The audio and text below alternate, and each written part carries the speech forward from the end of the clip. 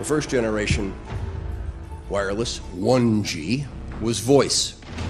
The second generation, 2G, allowed both talk and text. The third generation, 3G, the internet, in a limited way.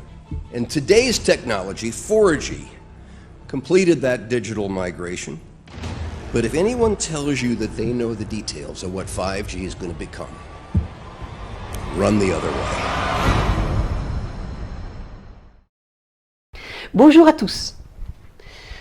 Je vous dois la clarté en ces moments troubles concernant l'installation des 2 antennes 5G. Vous avez le droit à l'information. C'est ça la transparence. Vous avez le droit de connaître les conséquences sur votre santé avec l'installation des antennes 5G, qui n'apporteront rien de plus que la 4G.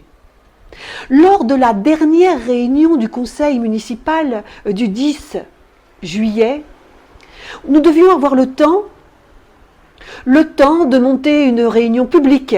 L'ensemble du conseil était d'accord. Les 2 parties devaient être présents, les pour, les contre. Nous devions en débattre.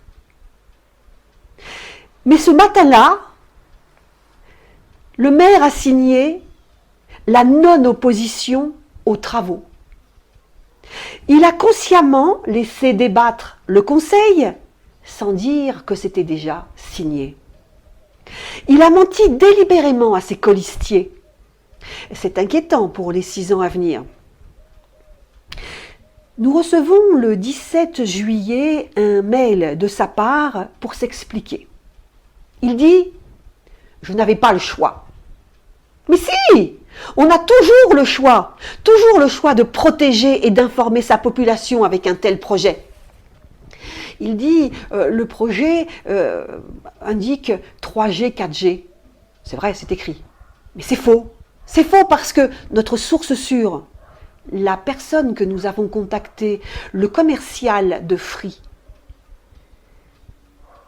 nous a dit, et nous avons la certitude, que le boîtier 5G sera installé. C'est aussi une info nationale.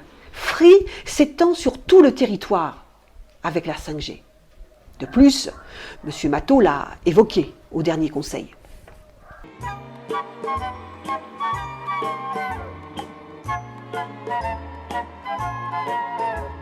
Il se fait l'avocat de Free en se plaçant protecteur des clients Free. Ces paroles, que diraient les abonnés de Free qui n'auraient plus de réseau? Mais y aurait-il un conflit d'intérêts de sa part? A-t-il été lui aussi contacté par Free? Un bon maire, transparent, bienveillant, aurait dû dire: que diraient les habitants d'Assy si une antenne de 42 mètres à émission d'ondes électromagnétiques s'installait à 200 mètres de la première maison et à 500 mètres de l'école? Il dit, le dossier est en mairie, tous les renseignements sont dans ce dossier, il doit être renvoyé avant le 29 juillet au Grand Soissons Agglomération. Mais non! Non, on n'a pas à être le doigt sur la couture avec le Grand Soissons Agglomération. Justement non, on veut le temps. En cas de refus, dit-il, ce sera la sanction du tribunal administratif. Mais nous allons le saisir, le tribunal administratif. Nous allons faire un recours gracieux. Nous lançons une pétition. S'il vous plaît, informez-vous sur la 5G. Allez voir le site des Robins des Toits.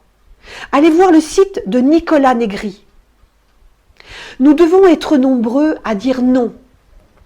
Non à cette émission d'ondes électromagnétiques à balayage centimétrique nocif, dont le seul but n'est que la surveillance généralisée.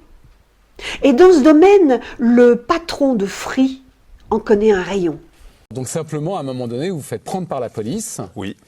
Et là, plutôt que de vous condamner, il vous propose un marché. Qu'est-ce qu'il vous propose exactement? En fait, la chose qui m'est proposée à ce moment-là, c'est de dire super, le piratage informatique, le piratage, pardon, là, c'est pas très très grave, mais à côté de ça, on voit que quand même, vous faites du piratage informatique, c'est-à-dire que vous réussissez à vous introduire avec votre groupe de copains dans des sites informatiques dans lesquels qui contiennent des données qui peuvent être sensibles.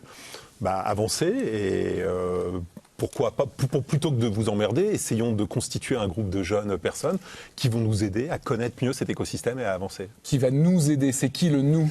La direction, la DST à l'époque. Ah oui, donc l'espionnage français. Ouais. Les services. Comment, en tant que maire,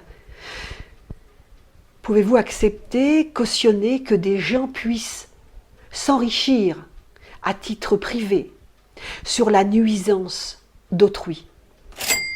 L'intérêt personnel ne peut primer sur l'intérêt collectif.